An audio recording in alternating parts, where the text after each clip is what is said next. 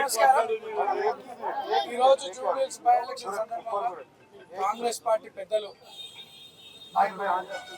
Candidate గా declare చేసినందుకు పెద్దలకు ధన్యవాదాలు తెలియజేసుకుంటూ ఈరోజు నామినేషన్ దాఖలు చేయడానికి వచ్చినాము. పెద్ద ఎత్తున ప్రజలు స్పందించినారు. బాగా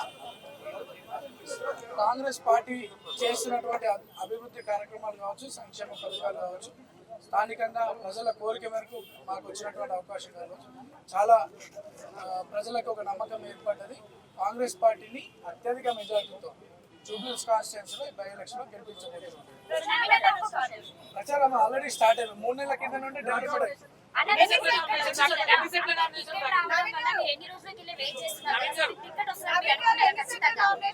దైవానేమో దేవుడు రేవంత్ అన్న రూపంలో వచ్చిండు, ప్రజల రూపంలో వచ్చిండు, అవకాశం కల్పిస్తుండు.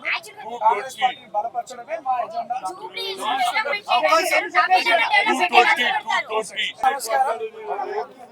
ఈరోజు జూబ్లీహిల్స్ బై ఎలక్షన్ సందర్భంగా కాంగ్రెస్ పార్టీ పెద్దలు క్యాండిడేట్ గా డిక్లేర్ చేసినందుకు పెద్దలకు ధన్యవాదాలు తెలియజేసుకుంటూ ఈరోజు నామినేషన్ దాఖలు చేయడానికి వచ్చినాము.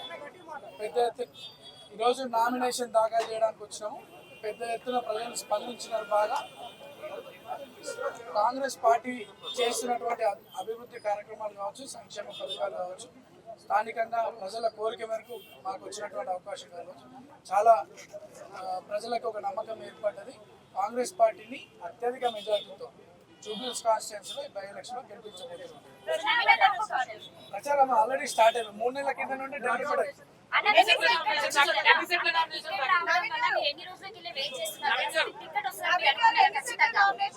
దైవానేమో దేవుడు రేవంత్ అన్న రూపంలో వచ్చిండు, ప్రజల రూపంలో వచ్చిండు, అవకాశం కల్పిస్తుండు. కాంగ్రెస్ పార్టీని బలపరచడమే మా ఎజెండా.